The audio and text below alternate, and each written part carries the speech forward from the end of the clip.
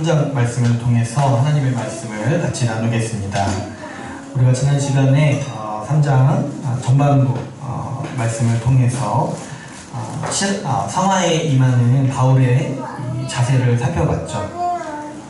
바울은 어떻게 고백을 했습니까? 바울은 그리스도가 나를 붙잡은 것처럼 나도 그리스도를 붙잡기 위해 전력을 다해 살아간다라고 고백하고 있지요. 예수 그리스도께서 우리를 붙잡으셨어요. 이게 무슨 말이냐니까 우리를 대신해서 죽으시고 부활하셔서 우리를 의롭다라고 선언하셨다는 거예요. 그게 뭐냐니까 예수님이 우리를 붙잡으셨다는 거예요. 자기 품으로, 자기 안으로 붙잡으셨다는 거죠. 예수 그리스도를 믿는 사람은 이 그리스도께 붙잡힌 상태로 가만히 있는 사람이 아니라고 했어요. 그냥 가만히 이렇게 주님께 매달려가는 사람이 아니라 그 자신도 어떻게 하는 사람이에요? 그 자신도 예수 그리스도를 붙잡는 사람이라고 했어요. 예수님이 나를 잡았으니까, 예수님이 나를 먼저 잡았으니까 나도 가만히 있지 않고 그리스도를 붙잡는 게 믿음이라고 했죠. 우리가 예수님을 붙잡는다는 것, 그리스도를 따라서 살아간다는 말입니다.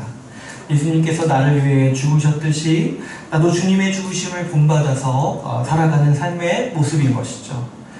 예수님께서는 이제 복음서에서도 누구든지 나를 따르려거든 내가 지고 가, 자기 십자가를 지고 나를 따르라고 말씀하셨어요.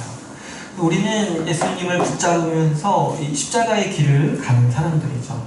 더 구체적으로는 내 욕망이나 또 내 성격, 내 모난 모습을 꺾고 주님 닮아가기 위해 애를 쓰는 모습이죠. 또 어떤가요? 우리 지체를 위해서 자신을 내어주고 정말 자기 자신을 희생하는 삶을 사는 것이 우리가 주님을 붙잡는 삶이라고 할 수가 있습니다. 우리가 이렇게 예수님을 따라서 살 수 있는 이유는 주님께서 우리에게 주님 닮은 모습으로 살 수 있는 능력을 주시기 때문이라고 했어요. 여러분, 우리는요, 우리 힘과 능력으로, 우리 스스로는 주님을 닮을 수 없어요. 이건 아주 허황된 얘기예요. 누가 주님을 닮을 수 있겠습니까? 누가 주님을 그냥 그 자신의 능력으로 본받을 수 있겠냐는 거예요. 그거는요, 그것도 하나의 율법이 될 수 있는 아주 위험한 발상인 거예요. 근데 우리가 어떻게 주님을 본받을 수 있나? 왜 성경은 주님을 본받으라고 얘기하는가 했을 때 주님께서는 우리를 도우신다는 거예요. 예수님, 하나님께서는요, 이미 우리를 의롭다고 선언하셨어요. 바꿔 말하면 이미 우리는 그리스도를 닮은 사람이라고 법적으로 선언하신 거예요.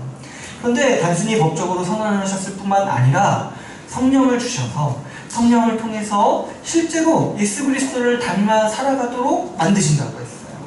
우리에게 새 마음을 주시고 새로운 성령, 새로운 정서, 새로운 마음을 주셔서 우리가 그리스도를 닮은 모습으로 살아갈 수 있도록 우리를 훈련시켜 주시고 우리를 다듬어 주신다는 것이죠. 이런 과정이 바로 우리가 성화의 은혜라고 계속해서 나누고 있습니다. 성령께서 오셔서 우리가 의인의 신분에 합당하게 행하도록 우리의 마음과 생각을 움직이십니다. 여러분, 하나님께서요, 우리를 은혜로 구원하신 이유 있잖아요. 우리를 정말 값없이 공짜로 우리를 구원하신 이유는 뭐냐니까, 그 목적이 뭐냐니까 우리를 그리스도로 만들기 위해서, 그리스도를 닮은 사람으로 만들기 위해서 우리를 구원하신다고 했어요. 로마서 8장 29절에는 이렇게 말씀하고 있습니다. 하나님이 미리 아신 자들을 또한 그 아들의 형상을 본받게 하기 위하여 미리 정하셨으니 이는 그로 많은 형제 중에서 맏아들이 되게 하려 하십니다. 하나님께서 우리를 은혜로 구원하신 이유, 그 목적이 뭐냐니까 예수 그리스도를 닮은 사람으로 우리를 만드시기 위해서 우리를 구원하셨다는 거예요. 그러므로 우리 성도의 삶이요, 사람마다 차이는 있을 수 있어요. 어떤 사람은 좀 더 많이 성화하고 어떤 사람은 좀 성화의 어떤 초기 단계일 수는 있어요. 그런데 공통적인 게 뭐냐니까 누구나, 예수 믿는 사람은 누구나 점점 더 그리스도를 닮아가는 삶을 살아간다는 거예요. 만약에 이게 없다면요, 뭐라고 얘기하는 거냐니까 하나님이 실패하셨다고 얘기하는 거예요. 하나님은 우리를 그리스도를 닮게 하시기 위해서 우리를 구원하셨다고 성경 말씀을 말하고 있는데 나는 변하지 않아, 다른 사람도 변하지 않아, 성화 이런 거 안 해도 돼, 이렇게 말하는 거는 하나님의 능력을 부인하는 거라 할 수 있는 것이죠. 여러분, 어떤 사람은 성화가 좀 더뎌서 여전히 내 눈에 보기에는 뭐 별거 아닌 것처럼 보일 수 있어요. 무슨 신자가 이런 모습으로 살아가? 이렇게 우리가 표현할 수 있어요. 그런데요, 그 사람의 인생을 전체를 두고 보면요, 그게요, 그 사람 예수 믿기 전보다 더 좋아진 상태일 수 있는 거예요. 예수 믿기 전에 더 심각한 사람일 수도 있었는데 예수 믿고 나서 그 정도 그렇게 변해가는 거예요. 더군다나 여러분, 지금 현재의 모습을 보고 함부로 판단하지 마세요. 지금 우리 눈에 보기에는 형편없어 보이는 사람 있죠. 그 사람이요, 나중에 우리 주님 오실 때 나보다 더 영광스러운 모습으로 주 앞에 설 수 있는 사람인 거예요. 왜냐하면 주님은 구원한 자를 반드시 성화시키시기 때문이죠. 그 앞으로 어떤 일이 벌어질지 몰라요. 그렇게 다른 사람을 판단하던 내가 믿음을 잃어버릴 수도 있는 것이고, 내가 그렇게 무시하고 내가 그렇게 폄하하던 그 사람이요, 주님 앞에 영광스러운 사람으로 설 수가 있는 것이죠. 우리가 경계해야 하는 일은요, 우리 일상에서 이 성화의 은혜를 무시하고 포기하는 일입니다. 여러분, 다른 사람이 안 변한다고 생각하지 마세요. 하나님께서 그 인생을 붙드시고 인도하시는 힘을 결코 가볍게 보지 마세요. 하나님은요, 그 사람 한 명 한 명을 그 사람 평생을 두고 대하십니다. 근데 우리는 그냥 몇 년 보고 이 사람 이 정도밖에 안 되네, 이렇게 폄하하는 거는 정말 교만한 거예요. 하나님은 그 사람의 평생을 두고 이 사람의 평생의 계획을 가지시고 이 사람을 성화시켜 나가시는데, 그 어느 한순간 딱 보고 이거밖에 안 되는구나, 이 정도밖에 안 되는 사람이구나, 이렇게 폄하해버리는 것은 정말 어리석은 생각이죠. 주님께서도 이 하나님 나라에서는 처음 된 자가 나중되고 나중된 자가 처음 되는 일이 하나님 나라에서 많다고 했어요. 지금 우리가 어리다고 생각하는 사람, 아직도 멀었네 하고 하는 사람이요, 금세 나보다 먼저 될 수 있다는 사실을 항상 기억해야 하는 것이죠. 또 자기 자신에 대해 생각할 때도 여러분, 자기가 이미 완성된 사람이라고 생각하지 말라고 했어요. 그래서 이 모습 이대로 평생 살아갈 거라고 여기지 말라고 했어요. 우리는 평생 변해야 되는 사람이에요. 주님이요, 그 모습 그대로 살라고 우리를 부르신 게 아닙니다. 우리는 주님 앞에 설 때까지 더 성숙하고 그리스도의 장성한 분량까지 자라가도록 부르심 받은 사람들이에요. 지금 내 성격이요, 나는 이대로 살 거야, 이렇게 말하는 거 있잖아요. 정말 나는 예수 믿지 않았어, 이 말이랑 똑같은 말이라는 사실을 우리가 이제 명심해야 돼요. 우리 예수 믿고 하나님께서는 우리가 성화하도록, 예수를 더 닮아가도록 성령을 주시고 도우시는데, 나는 태어난 이 모습 이대로 살 거야, 이렇게 말하는 거는요, 정말 이거는 실천적인 무신론이에요. 불신앙이에요, 불신앙. 주님은 우리를 변화시키기 위해서 우리를 구원하셨다는데, 자기가 구원받았다고 말하면서 나는 변화하지 않을 거야, 이렇게 말하는 어리석은 일이 어디 있습니까? 여러분, 우리는요, 평생 변해야 되는 사람이에요. 더 성장하고 더 성숙해야 되는 사람이에요. 오늘 본문에서도, 우리가 읽은 이 본문에서도 이 사도 바울은 계속해서 이 성화하는 삶에 대해서 우리에게 권면하고 있습니다. 특별히 우리가 오늘 읽은 17절 말씀을 보면은 사도 바울은 이렇게 얘기하고 있죠. 17절에서 보시면 사도 바울은 나를 본받으라고 말하고 있습니다. 그리고 이어서 우리를 따라 살려는 사람들을 눈여겨보라, 그 사람들을 본받아라, 이렇게 권면하고 있죠. 이 상당히 놀라운 상황이죠. 많은 설교자들이 이 본문을 강의하는 일을 굉장히 부담스러워한다고 합니다. 이 나를 본받으라고 얘기하는 일이 얼마나 사실 힘든 일입니까? 근데 이 권면이 더 담대한 이유가 뭐냐니까, 사도 바울은 바로 앞에서 어떻게 얘기했어요? 그리스도를 본받는 삶에 대해서 얘기했어요. 10절에서 사도 바울은 이 그리스도를 본받아 살아가겠다라고 이야기하고 있죠. 그러니까 지금 사도 바울은 그리스도를 본받아 살아가라고 권면한 다음에 곧바로 어떤 얘기를 하는 거야? 나를 본받으라고 말하고 있는 거죠. 그리고 더 나아가서 자신과 같이 살아가려 하는 사람들을 눈여겨보라, 그 사람들을 본받으라고 권면하고 있습니다. 여러분, 이 사도 바울이 자신을 본받으라고 하는 이유는 분명하죠. 왜냐하면 그 자신이 그리스도를 따라 살려 하기 때문이에요. 여러분, 우리가 그리스도를 본받는 삶이 어떤지 알기 위해서는 먼저는 성경을 봐야겠죠. 그런데 또 하나 아주 좋은 방법이 있는데, 그게 뭐냐니까 그리스도를 따라 살아가려 하는 사람들을 보는 거예요. 그래서 그리스도를 본받는 것과 그리스도를 따라가려고 하는 사람들을 본받는 게 전혀 다른 게 아니라는 거예요. 이게 같은 일이라는 거예요. 우리는 그런 사람들을 눈여겨봐야 합니다. 그리스도를 따라가려 하는 사람들을 볼 때 우리는 그리스도가 어떤 분이신지를 더 알 수 있다는 거예요. 우리가 그런 사람들을 눈여겨보고 우리가 그런 사람들을 본받으려 할 때 우리가 미혹당하지 않고 그리스도를 따라 살 수가 있는 것이죠. 여러분, 우리는요, 우리 생각 이상으로 우리 주변 사람들의 영향을 많이 받습니다. 누가 잘 되면 부러워하기도 하고 또 내심 나도 저렇게 되었으면 좋겠다는 생각으로 우리는 많이 살아가죠. 그래서 흔히 하는 말이 롤모델이라는 말이 있어요.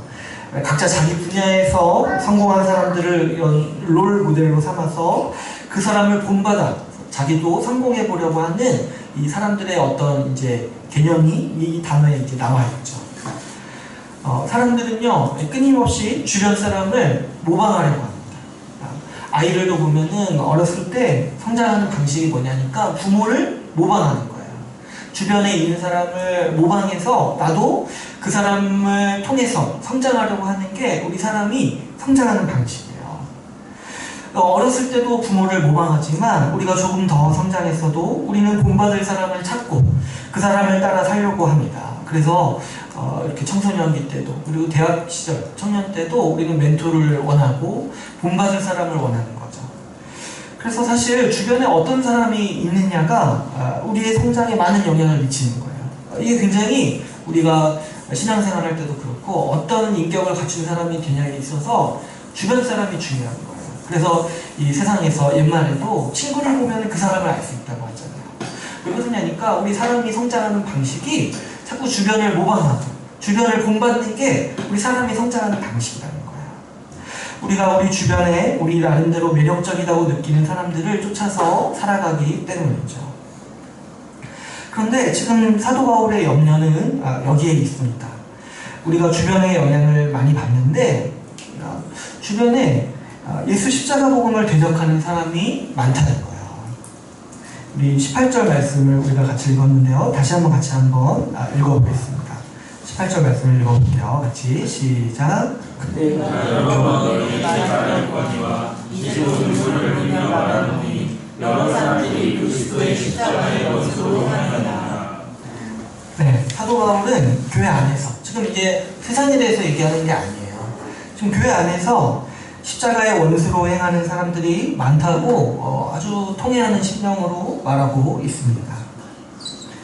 이런 환경에서 신자도 자칫 잘못하면 이 십자가의 원수로 행하는 사람들을 본받고 그 십자가의 원수로 살아가는 건지도 모르고 그 사람들이 매력적이라고 생각해서 그 사람들을 본받고 그 사람들과 똑같이 살아갈 수 있다라고 염려하고 있는 거죠.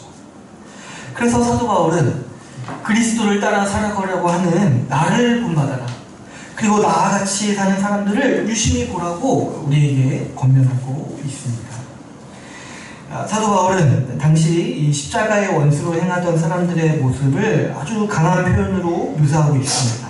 지금 뭐라고 이 19절부터 얘기하니까 그들의 마침은 멸망이라고 강하게 얘기하죠. 그들의 마침은 멸망이에요. 십자가를 거부하는 것도 사실 멸망인데 그 심판받는 일인데 십자가의 원수로 살아가는 일은 얼마나 더 큰 심판이 있겠습니까? 그들의 마침이 멸망이죠. 그런데 이 선언에는요 한 가지 전제가 있어요. 마지막은 멸망인데 지금은 어떻게 보이는 거야? 지금은 나름대로 화려해 보이고 잘 나가고 있다는 거예요. 그래서 수많은 사람들에게 영향력을 미치고 있다는 거예요. 여러분, 우리도 교회 안에서도 그러면 무언가 성공하고 있고 잘 되고 있어 보이면 주변 사람들이 주목하고 본받으려고 합니다. 이런 성공에 대해서 우리가 아주 잘 되는 걸 보면은 이 사람이 잘 되니까 하나님이 복 주신다 생각하고 어떻게 하면 그 사람처럼 될 수 있을까 생각하는 거죠. 이 사도 바울이요, 이 고린도 교회에서 사도 바울의 어떤 사도권에 대해서 논쟁이 일어난 적이 있어요. 근데 무엇을 가지고 논쟁을 했냐니까 사도 바울이 고난을 너무 많이 겪는다는 거예요. 그래서 고린도 교회에 어떤 사람들이 어떤 생각을 했냐면 저렇게 고난을 많이 겪으니까 저 사람은 사도가 아닐 거라고 생각을 하는 거예요. 그래서 막 그 당시 성공한 사람들이 와서 나 정도는 돼야지 사도라 부를 수 있지 않냐.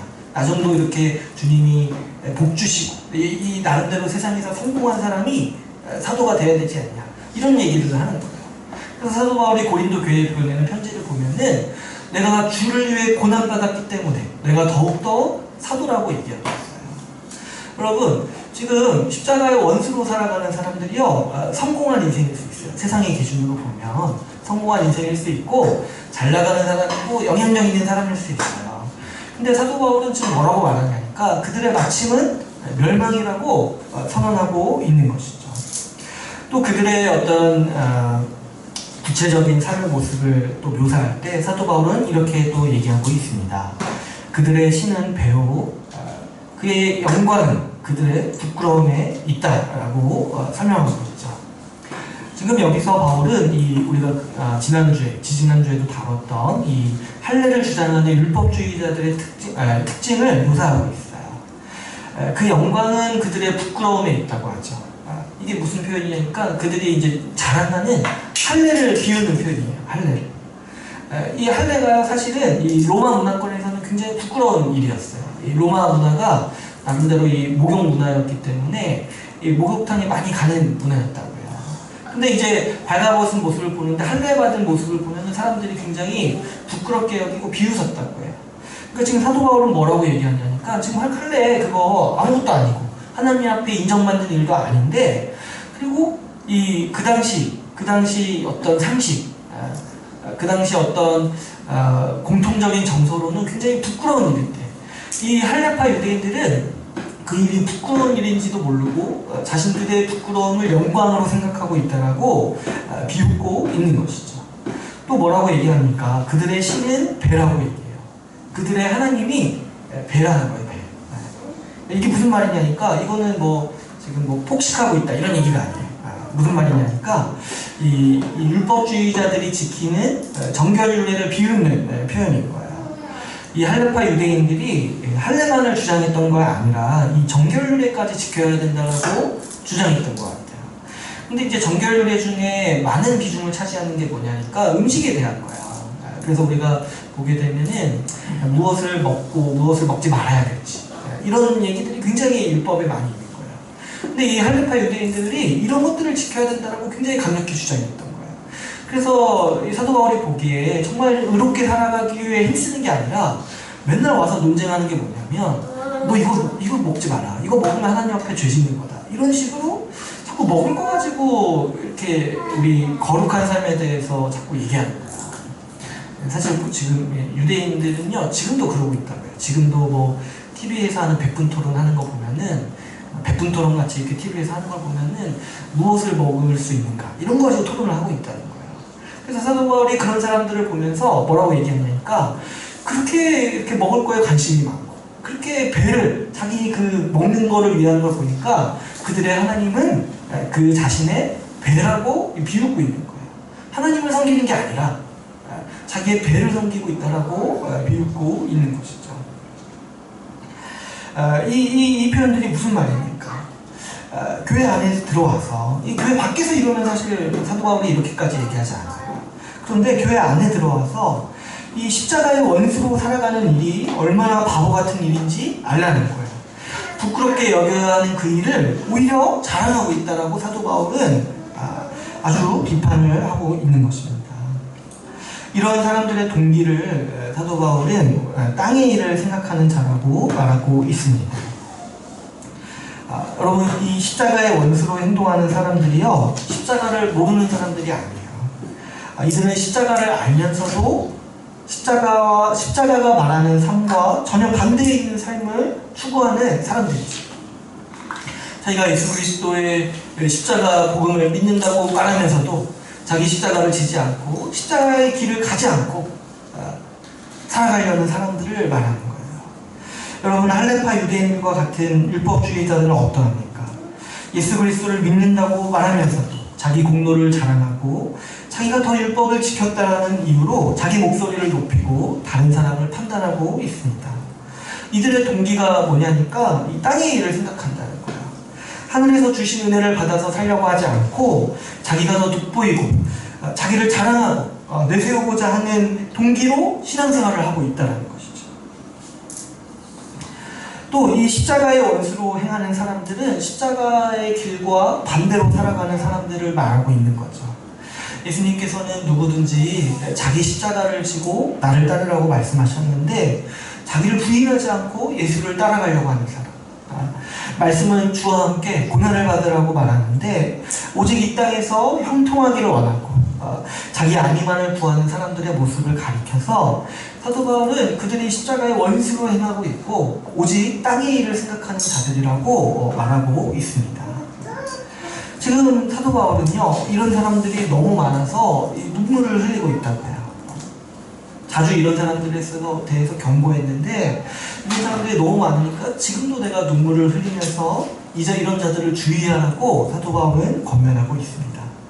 십자가 복음을 듣고 십자가 복음을 따라 살아야 하는데 주님의 죽으심을 본받아야 하는데 오히려 사람들이 십자가의 원수로 행하는 이와 같은 사람들을 용인하고 당연시 여기고 더 나아가서 어떤 일들이 벌어지는 거예요. 이 사람들을 본받아서 살까봐 염려하고 있는 거예요. 여러분, 우리가 이 문제에 대해서 얼마나 미혹당하기 싫은지 한번 본문을 유심히 보세요. 사도 바울은 지금 자신을 본받으라고 말하고 있습니다. 그런데 지금 사도 바울은 어디에 있습니까? 지금 복음 전하다 감옥에 갇혀 있어요. 주님의 죽으심을 본받아서 정말 자신을 내어주면서 교회를 섬기고 있어요. 그런데 지금 십자가의 원수로 행하는 사람들은 반면에 어떤 처지에 있습니까? 그들은 나름대로 잘 나갑니다. 십자가를 전하지 않기 때문에 핍박도 받지 않아요. 누구도 그들을 폄훼하거나 누구도 그들을 욕하거나 핍박하지 않아요. 자기를 자랑하고 뽐내는 사람들이기 때문에 잘난 모습도 있고 영향력도 가지고 있어요. 이 땅에서 형통하는 것, 성공을 추구하기에 부와 명예도 어느 정도 가지고 있는 사람들이에요. 여러분, 여기 사도 바울이 감옥에 갇혀서 나를 본받아라고 얘기하는데 지금 누가 원수들이라고 얘기하는 거예요. 잘 나가고 성공하고 있고 영향력을 가지고 있고 나름 매력이 있어 보이는 사람들을 향해서 그들의 원수라고 얘기하고 있는 거예요. 그런데 여러분, 이 두 부류의 사람들이 우리 앞에 있을 때 우리들은, 여러분들은 어떤 사람들에게 더 끌리고 매력을 느낍니까? 누구를 본받고 싶어 합니까? 슬프게도 오늘날 교회는요, 주를 위해 고난받는 사람보다 십자가의 원수로 행하면서 형통한 사람들에게 매력을 느끼고 있습니다. 우리가 무엇을 보고 알 수가 있나요? 사람들은요, 주를 위해 고난받는 사람을 보면서 존경할 수는 있어요. 그리고 불쌍히 여기기도 하고 또 때로는 도와주기도 합니다. 그런데 결정적으로 본받으려 하지는 않는 거예요. 자주 하는 말이 있어요. 주를 위해서 고생하고 고난 겪는 사람들을 향해서 자주 하는 말이 있어요. 고생하시네요. 기도하겠습니다. 후원하겠습니다. 이렇게 얘기를 하죠. 근데 곧바로 돌아서서 하는 말이 뭐냐니까 나는 저렇게는 못 살 것 같다 얘기를 하는 거예요. 그러나 여러분, 성공한 사람들, 이 부와 명예를 얻은 사람들을, 이 안정적으로 살아가는 사람들을 보면서 우리는 자주 어떻게 하면 그렇게 살아갈 수 있는지 묻습니다. 그들을 본받으려고요. 어떤 이 청소년 수련회나 대학 청년부에서 강사를 모실 때요, 성공한 사람들을 초대합니다. 그들을 본받으려고 해요. 어떻게 하면 그렇게 살 수 있습니까? 어떻게 하면 그렇게 매력적으로 멋지게 살 수 있으니까 교회가 묻고 있는 것이죠. 여러분은 누구를 본받고 싶습니까? 주를 위해 고난과 수고를 감수하는 사람을 본받고 싶습니까? 아니면 적당히 주님 믿으면서 적당히 자기 안위도 추구하는 이 십자가의 원수를 본받고 싶어 합니까? 우리가 어떤 삶의 매력을 느끼는지, 어떤 사람, 누구를 본받으려 하는지가 우리 신앙의 본심, 중심을 사실 드러내는 하나의 척도라고 할 수가 있습니다. 여러분, 십자가의 원수로 사는 일을 용납하면, 이 십자가의 길을 가지 않고도 신앙생활을 할 수 있다라고 이런 일들을 용납하면 교회 안에는 어느새 열심히 주를 위해 사는 사람들을 조롱하는 분위기가 생겨납니다. 여러분, 십자가를 본받는 사람, 주님의 죽으심을 따라 사는 사람들이 어떻게 살겠습니까? 자기를 희생하고 지체를 돕는 사람들이에요. 누가 잘못한 사람이 있더라도 보복하지 않고 도리어 용납하는 사람들이에요. 온유한 태도로 화를 절제하고 자기 고집, 자기 성격을 극복하려고 하는 사람들이에요. 자기의 유익보다 지체의 유익을 구하는 사람들이죠. 그래서 희생을 감수하고 불편을 감수하는 사람들인 거예요. 이런 모습들이 신약 성경이 말하는 십자가의 길을 가는 신자의 모습입니다. 그런데 여러분, 제가 가만 보니까 세상에서는 이런 사람들을 뭐라고 부르는지 아세요? 속된 말로 호구라고 불러요. 호구라고. 이 호구가요, 이 핸드폰 살 때 좀 만만한 사람들이 아니라 그냥 매사에 만만한 사람, 매사에 만만한 사람. 고난을 자처하고 손해를 감수하는 사람들을 존경하기는커녕 무시하고 오히려 이용해 먹는 게 이 어떠한 세상의 모습인 것이죠. 그런데 교회도 자칫 잘못하면 미혹당할 수가 있습니다. 십자가의 원수로 살아가는 삶을 용납하고 이런 사람들이 영향력을 얻으면 어떤 일이 생깁니까? 이런 사람들은요, 2000년 전에 바울과 같은 사람들을 조롱했듯이 십자가의 길을 충실하게 살아가려고 하는 사람들을 조롱합니다. 가만히 있지 않아요. 용서한다고 만만히 여기고 화를 내지 않으니까 더 함부로 대하는 거예요. 주를 위해 더 수고하고 고난받는 사람을 존경하기는커녕 오히려 조롱하고 만만히 보는 풍토가 교회 안에서도 형성될 수가 있는 것이죠. 지체의 고난과 수고를 보면서 본받으려 하기보다는 원래 저 사람은 저런 거 잘하나 보다 하고 나는 저렇게 못 살지 하고 돌아서는 이렇게 쉽게 돌아설 수가 있는 게 우리 교회의 풍토가 될 수 있는 것이죠. 그러나 여러분, 이 누구도 고난이 쉽지 않고 누구도 수고가 쉽지 않습니다. 우리 이따가 이제 점심에 중식을 먹는다고 하는데 우리 한국에 아주 유명한 노래 가사가 있잖아요. 어머님이 짜장면이 싫다고 하셨어요. 엄마가 그 자녀 짜장면 더 먹이기 위해서 내가 짜장면 싫다고 했는데 그걸 진짜 싫다고 알고 끝까지 그렇게 알고 있으면은 뭡니까? 진짜 불효자식. 여러분, 그 누구도요 짜장면이 싫지 않아요. 누구도요 고난이 좋아. 누구도 헌신을 정말 좋아. 누구도 손해받는 거 좋아하는 사람 없어요. 누구는 정말 태생이 달라서 용서하고 이런 거 이거 내 치질이야 이러면서 아주 쉽게 해버립니까? 그런 사람 없어요.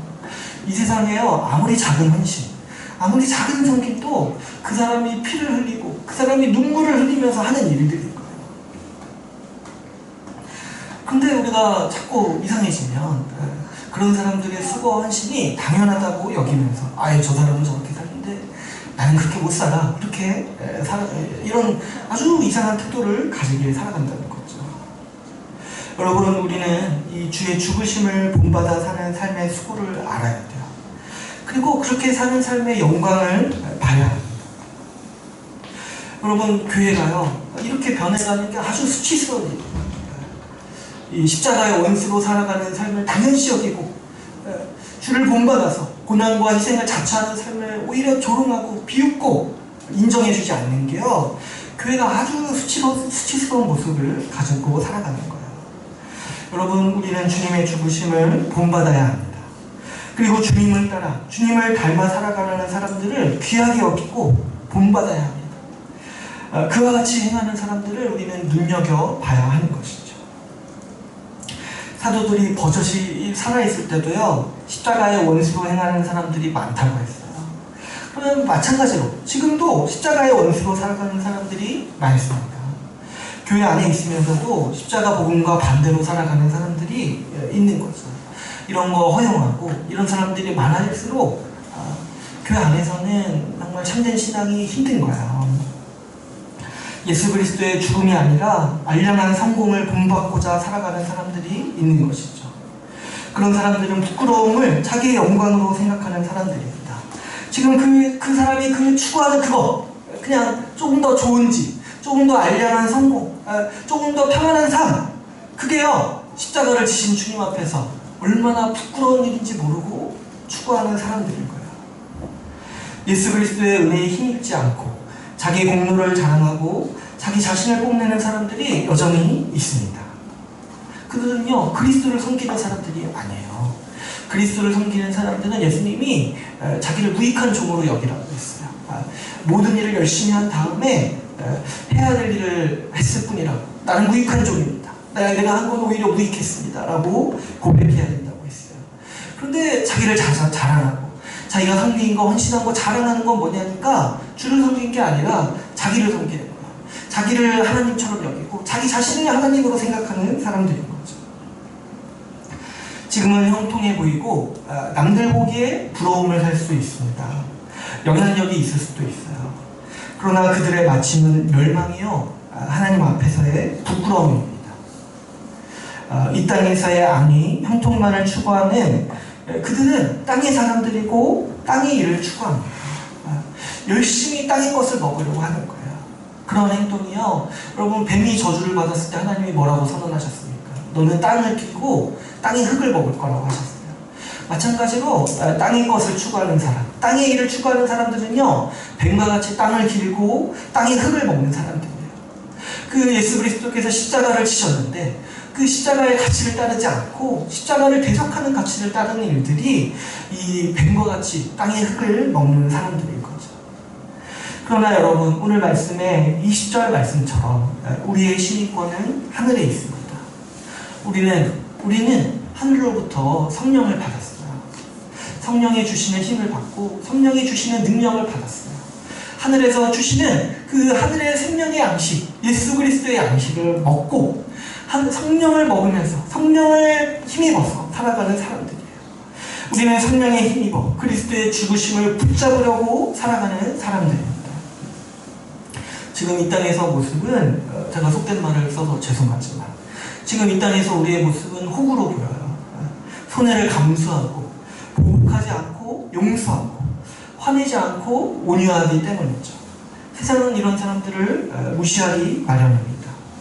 여러분 예수님께서 이 땅에 오셨을 때 사람들이 함부로 대했어요. 왜 그러냐니까 예수님이 만만해 보이는 거예요. 오늘날에도 세상은 예수의 길을 따르는 사람들을 무시하고 함부로 대합니다. 그러나 여러분 우리의 시민권은 하늘에 있습니다. 우리의 마침은 하늘의 영광이고 우리의 주님은 만물을 다스리시는 그리스도십니다. 우리의 영광은 십자가를 지신 주님께 있습니다. 여러분 우리가 주님의 죽으심을 본받아 살면서 고난을 겪고 수고하는 일을 우리의 영광으로 삼아야 돼요. 주님을 닮기 위해 자기를 극복하는 일을 우리의 보람으로 삼아야 합니다. 우리의 영광이 여기 있습니다.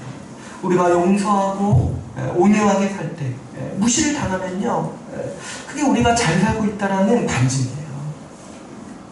여러분 누가 나를 무시하고 만만하게 여기면 기뻐하세요.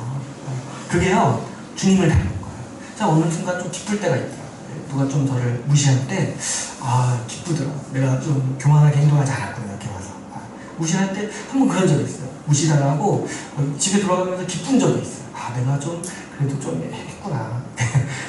좀 무시당했구나. 날 만만하게 보는구나. 다행이다. 여러분 우리 주님을 닮아가면서 살아갈 때 우리는요 이렇게 살아가는 거예요. 우리 주님 닮은 모습이요 세상의 기준으로 보기 굉장히 만만하고 어리석어 보이는 모습이라는 거죠. 십자가의 길을 가고 상황에는 이르며 때로는 우리에게 근심을 줍니다. 내가 고난과 수고를 감당할 수 있을까? 여러분 누구나 여기에 대해서 염려가 돼요. 고난이 싫고 수고가 싫으니까요.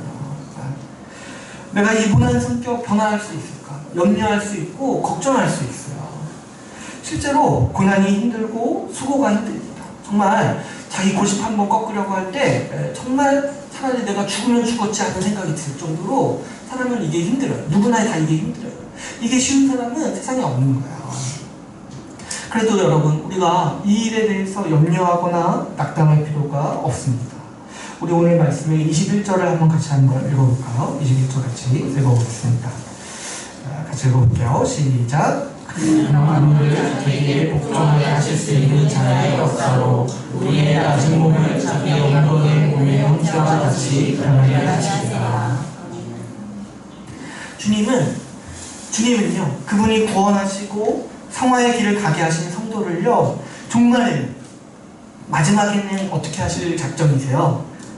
자기와 같은 모습으로 바꾸어 주신다고 우리에게 약속하고 계십니다. 마지막 날에 주님이 영광의 몸으로 우리 앞에 나타나실 때 우리도 주님과 같이 영광의 몸으로 바꾸시게 한다는 거예요. 바꿔 말하면 주님과 같은 모습으로 성화가 마무리될 수 있도록 우리 주님은 우리를 그렇게 만드신다는 거예요. 여러분, 우리는 주님과 같은 모습으로 변할 거예요. 주님과 같은 모습으로 완전하게 성화할 사람들이에요. 그러므로 우리가 이 성령을 따라서 십자가의 길을 갈 때 우리의 성공은 이미 보장되어 있습니다. 우리가 성화를 위해 살 때요, 우리는 가망 없고 힘들기만 한 일에 뛰어드는 게 아니라는 거예요. 변화가 더디고 성장이 더디다고 생각하지 마세요. 주님은 우리를 구원하시고 우리를 변화시킬 능력을 주실 뿐만 아니라 우리를 확실히 영광스러운 모습으로 바꾸실 거라고 약속하셨어요. 우리 인생의 어느 시점에는 다 이 성화의 길을 걷는 자들은 누구나 다 주님과 같이 영광스러운 모습으로 성화를 완성할 거예요. 그래서 여러분, 이 성화에는요, 우리가 힘쓰고 수고해야 되는 부분이 분명히 있어요. 우리가 나 자신을 죽이고 나 자신을 부인하고 이런 일들이 분명히 있어요. 그러나 좀 더 큰 틀에서 보면은 사실 우리가 하는 부분보다 주님께서 은혜로 주신 역사가 더 큽니다. 주님은 어떻게 하셨습니까? 이미 우리를 의롭다고 하시고 성령을 주셔서 우리의 성화를 도우시죠. 그런데 그뿐만 아니라 마지막 날에 반드시 성화를 너희에게 완성시켜 주겠다. 나와 같은 모습으로 너희 모두를 변화시켜 주시겠다 라고 약속하고 계십니다. 그래서 우리가 사실 애쓰는 부분보다 주님께서 약속하시고 도와주시고 보증하시는 은혜가 더 큰 것이죠. 이제 오늘 말씀을 맺겠습니다. 여러분, 우리가 성화의 길을 간다는 것은 이 성공이 보장된 길, 완성이 보장된 길, 성화의 완성이 보장된 길을 우리가 걸어가는 거예요. 주님께서 약속하시고 힘주시고 도우시고 보증하시는 길을 우리가 함께 살아가는 것이죠. 여러분, 우리가 함께 이 성공이 보장된 길, 십자가의 길을 향해서 살아갑시다. 무엇보다 우리 교회가 주를 위해 수고하는 사람들을 존중하고 존경하는 교회가 되도록 합시다. 십자가의 원수로 살아가는 사람이 한 명도 없고 오히려 그런 사람들이 부끄러움을 느끼고 돌아설 수 있는 교회가 되도록 힘씁시다.